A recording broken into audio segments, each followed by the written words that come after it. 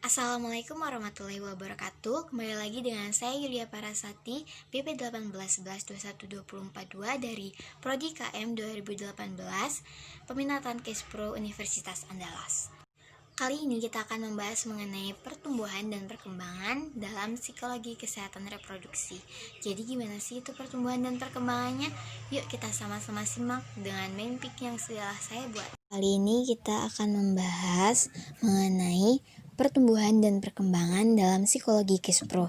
Secara umum, pertumbuhan adalah proses pertambahan jumlah atau ukuran sel yang tidak dapat kembali dan itu terlihat secara nyata dan dinyatakan dengan angka, grafik, dan sebagainya. Itu juga tidak dapat kembali ke dalam bentuk semula. Lalu perkembangan secara umum adalah proses menuju dewasa atau kedewasaan atau juga kematangan dan tidak dapat diukur tetapi hanya dapat diamati secara langsung. Selanjutnya, dalam pertumbuhan dan perkembangan psikologi Kespro, yang pertama pertumbuhan dan perkembangan janin tunduk pada pengaruh perilaku dan gaya hidup orang tuanya. Yang kedua, pertumbuhan dan perkembangan intrauterin tunduk pada kemajuan teknologi baru yang membawa serta ketidakpastian baru dan kebutuhan akan interpretasi baru dan modern tentang seks, gender, dan reproduksi. Efek psikologis dan sosial dari penyakit, kecacatan, atau kelainan dalam pertumbuhan dan perkembangan biasa itu sangat besar. Nah, lalu dalam pertumbuhan dan perkembangan psikologi Kespro ini terdapat beberapa poin. Yang pertama adalah pertumbuhan dan perkembangan janin. Apa sih itu pertumbuhan dan perkembangan janin? Pertumbuhan janin dan perkembangan masa kanak-kanak membutuhkan aktivitas genetik dan hormonal yang relatif seragam untuk memastikan perkembangan endokrin tidak terhalang.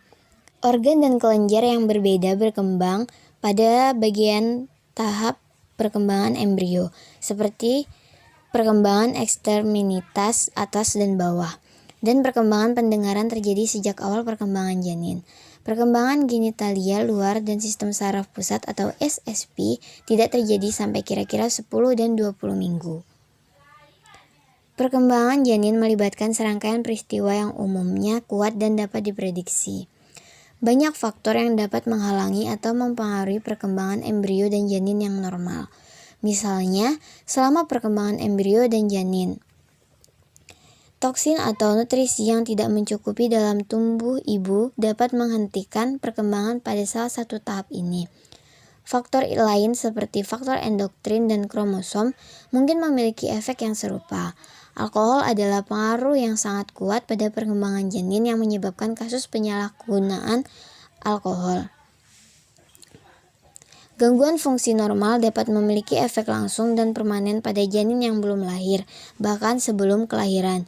Oleh karena itu, seorang wanita hamil menyediakan lingkungan pembawa untuk janin yang besar efeknya untuk membuat atau menghancurkan mungkin sama sekali tidak diketahui olehnya. Jadi, agar janin itu berkembang dengan baik, kita harus memilih lingkungan yang baik juga. Selanjutnya ada pertumbuhan dan perkembangan bayi dan anak. Contohnya, anak laki-laki dan perempuan yang akan mengalami masa pubertas. Faktor perilaku gizi, lingkungan, dan penyakit lebih jauh mempengaruhi pertumbuhan dan perkembangan pasca natal. Perkembangan yang tidak terganggu dalam beberapa bulan pertama setelah kelahiran, akibatnya bayi menjalani aktivitas aksis hipotalamus, hipofisis, gonad, atau HPG aktif yang disebut pubertas mini. Setelah aktivitas awal ini, aktivitas HPG tetap relatif tidak aktif dengan beberapa hormon luteinizing dan sekresi hormon perangsang folikel sampai permulaan pubertas. Onset pubertas selanjutnya ditandai dengan peningkatan denyut nadi dalam hormon pelepas gonadotropin. Hipotalamus menghasilkan sekresi gonadotropin. Oleh karena itu, aktivitas HPG berfungsi sebelum pubertas, di mana anak-anak meskipun sampai saat ini tidak jelas apa tingkat pastinya karena puncak berdenyut dalam sekresi ketidakpekaan tes dan perbedaan dalam metodologi penelitian yang melaporkan akan hal ini. Selanjutnya ada penyebab variasi yang signifikan dalam pertumbuhan dan perkembangan. Tingkat awal dan perbedaan estradiol pada anak perempuan dan laki-laki mungkin bertanggung jawab atas perbedaan waktu pubertas dan perbedaan komposisi tubuh dan perubahan kerangka. Contohnya pengaruh gangguan steroid seks pada anak laki-laki dan anak perempuan. Pertumbuhan pubertas dimulai segera setelah permulaan pubertas pada anak perempuan, tetapi tertunda sekitar 1 tahun pada anak laki-laki setelah pubertas, dan pertumbuhan terhenti lebih awal pada anak perempuan daripada anak laki-laki. Namun, tingkat normal steroid seks pada anak sangat rendah dan sebagai konsekuensinya, gangguan pada tingkat ini dapat memiliki efek dramatis seperti kelainan steroid yang telah dijelaskan tadi. Selanjutnya ada manipulasi pertumbuhan dan perkembangan. Contohnya di Cina, para wanita dapat melakukan aborsi setelah pemilihan jenis kelamin ultrasonografi. Seleksi jenis kelamin dari sperma manusia sekarang dan digunakan dalam praktek klinis. Dalam kasus di mana kondisi resesif terkait seks merupakan kontraindikasi melanjutkan kehamilan, mungkin ada alasannya menggunakan teknik seleksi jenis kelamin. Implikasi dari penerapan teknik ini di seluruh dunia tidak diketahui karena bergantung pada jumlah faktor dan juga jumlah biayanya. Agar perkembangan manusia maju secara teratur, perubahan genotipe dan lingkungannya umumnya cenderung tidak mempengaruhi lintasan alamiah. Meskipun demikian, penelitian genetik modern mulai menunjukkan bahwa sejumlah faktor penting dapat mempengaruhi variasi genetik pada manusia ketika jalur perlindungan yang biasanya kuat ditantang. Misalnya, sebagian besar anak lahir melalui teknologi reproduksi berbantuan atau ART dalam keadaan sehat, terlepas dari kenyataan bahwa embrio ART terkena stres lingkungan seperti media kultur, hormon, dan stres fisik. ART juga melewati sejumlah penyaring atau jaminan kualitas alami seperti pengambilan sperma selektif dan persaingan. Dengan ART, jalur alami tertantang dan dengan demikian varian fenotipik, morfologis, dan mewariskan dapat terpengaruh. Yang selanjutnya adalah cacat. Di sini contohnya adalah melahirkan bayi penyandang disabilitas. Jadi di dalam cacat ini, pertumbuhan dan perkembangan ini adalah asumsi bahwa kita harus terus mengukur pertumbuhan dan perkembangan berdasarkan standar normatif yang diterima. Janin yang tumbuh sehat, bayi yang akhirnya dewasa adalah janin yang termasuk dalam kisaran normatif ini, akhirnya dewasa, yang diberikan oleh bukti statistik dan persepsi normalitas pribadi, sosial, dan budaya. Setiap kecacatan umumnya tidak termasuk dalam kisaran normatif dan menjadi penting secara etis dan moral.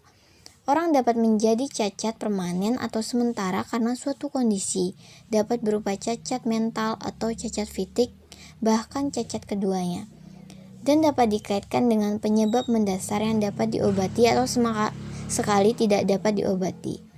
Variasinya tidak terbatas, namun marginalisasi dapat ketidaknyamanan yang terkait dengan banyak kecacatan dan kelainan mengasumsi bahwa kecacatan atau kelainan adalah suatu tragedi. Jadi, kualitas hidup dan hak asasi bayi yang belum lahir terdeteksi dengan kecacatan atau didiagnosis pada bayi dan orang dewasa telah hangat diperdebatkan di media awam dan literatur ilmiah. Selanjutnya, di dalam pertumbuhan dan perkembangan psikologi Kespro terdapat pengembangan gender. Apa sih itu perkembangan gender? Variasi yang kurang jelas namun signifikan dan perkembangan janin normal melibatkan perkembangan gender atau perkembangan jenis kelamin seseorang sebagai pria atau wanita. Di mana jenis kelamin seseorang, kromosom atau XX untuk wanita dan XY untuk pria ditentukan pada pembuahan, meskipun jenis kelamin embrio tidak dapat dibedakan untuk beberapa minggu pertama perkembangan. Periode seks yang tidak dapat dibedakan ini disebut periode perkembangan yang acuh tak acuh. Seks secara umum diyakini sebagai pernyataan fakta biologis dan materi konstruksi sosial. Gender di sisi lain adalah istilah yang digunakan untuk membedakan antara karakteristik pria dan wanita dalam suatu perilaku. Ini adalah konstruksi sosial yang memperluas faktor penentu biologis dan genetik dari seks ke peran sosial dan identitas sosial.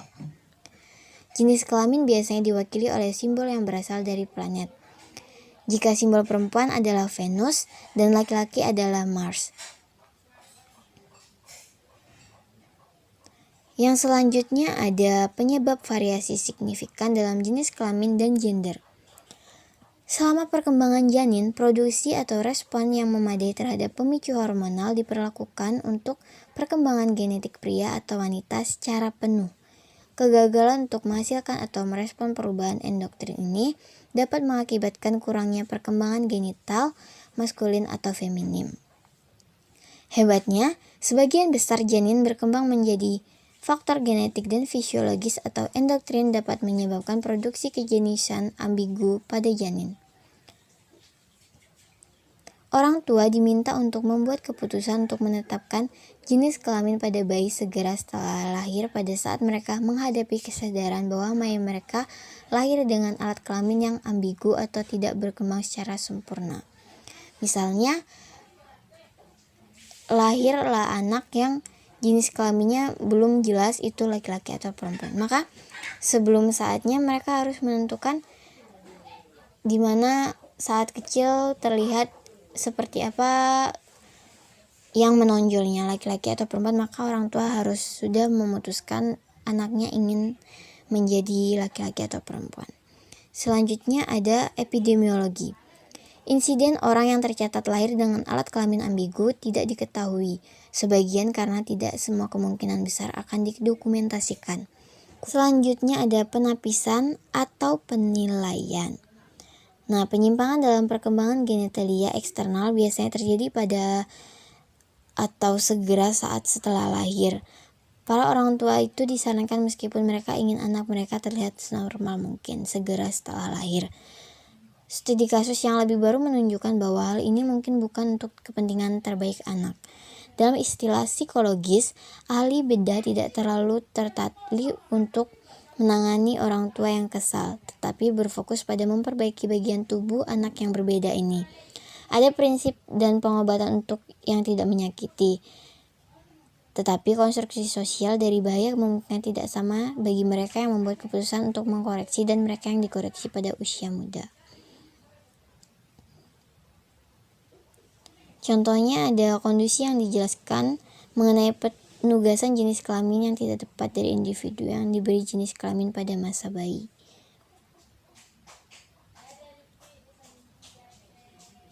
Jadi, sejumlah teori tentang perkembangan dan peran seks, termasuk teori psikoanalitik, evolusioner, pembelajaran sosial.